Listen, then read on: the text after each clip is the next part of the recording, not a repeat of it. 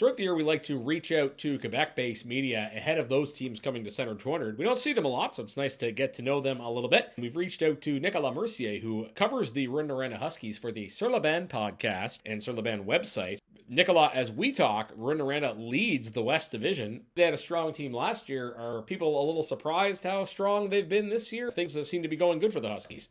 Yeah, I'm kind of surprised, but not too much because we still have some good elements in our teams. And maybe it will be another story in the second half of the season. Certainly, I think a lot of people are wondering what kind of moves Rouyn-Noranda might make at the second half, particularly depending on how good they are in the first half of the season. When you watch Rouyn-Noranda, one player that stands out is Bill Zana. He had an absolutely spectacular goal at Center 200 last season. How fun has he been to watch for Huskies fans? Well, it's his draft year, so we have a lot to prove for the NHLers. I think it's time to show what he can do. He started with the team at 16 years old. It's his third year with the team. He's kind of one of our veterans of our team. Exciting to watch. Interesting, as you say, when a player is in his third year at 18, because he's still young, but still sort of a veteran at the same time. The Eagles and Huskies played last week. What did you think of that game, and how do you think these teams match up against each other? It was a pretty close game. I think Cape Breton will have a better team at the end of the year, but I think we fought well. It's a good game for sure. One of the big news items for the Huskies last year was the return of head coach Steve Hartley to the QMJHL to coach Rouyn-Noranda. How do you think he has done as coach, and do you think it's his team now that he's had the chance to have a training camp and really kind of put his stamp on it? I think it's still soon to talk about that, but for what I've seen, it's a good start for him. He's trying to get a Husky mentality back. I think he's doing great. One of the moves the Huskies made last year was bringing in Ty Higgins. We know him a little bit from his time in Bathurst. How good has he been for the Huskies this year? He's one of our leaders.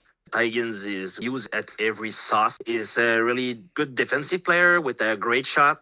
I mentioned before you're part of Sur La Bande, which is both a podcast and a website. People listening might remember we had some gentlemen on from Sur La Bande in Chicoutimi in the playoffs. Just tell the people listening what Sur La Bande is.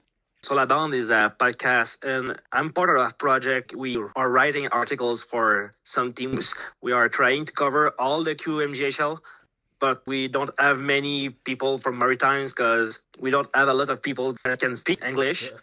How many Quebec teams do you have covered with this podcast? I think we're going to have around 10 teams. That's a good base. When the Eagles played the Huskies in Rouyn-Noranda, I was talking to J.F. Vachon, who used to cover the team for the local newspaper there. He had pointed out that Samuel Rousseau was a player that impressed him. He was a late draft pick, has a lot of assists this year. What can you tell us about him? He's maybe an underrated player for the Huskies. Yeah, he was kind of under the radar the last couple of years because there was a lot of good players in the teams. Samuel Rousseau is kind of, we say, an obscure hero in our team. We don't see him much, but he's doing a lot of pass and create a lot of plays. He's underrated, and other teams don't evaluate him as good as he is.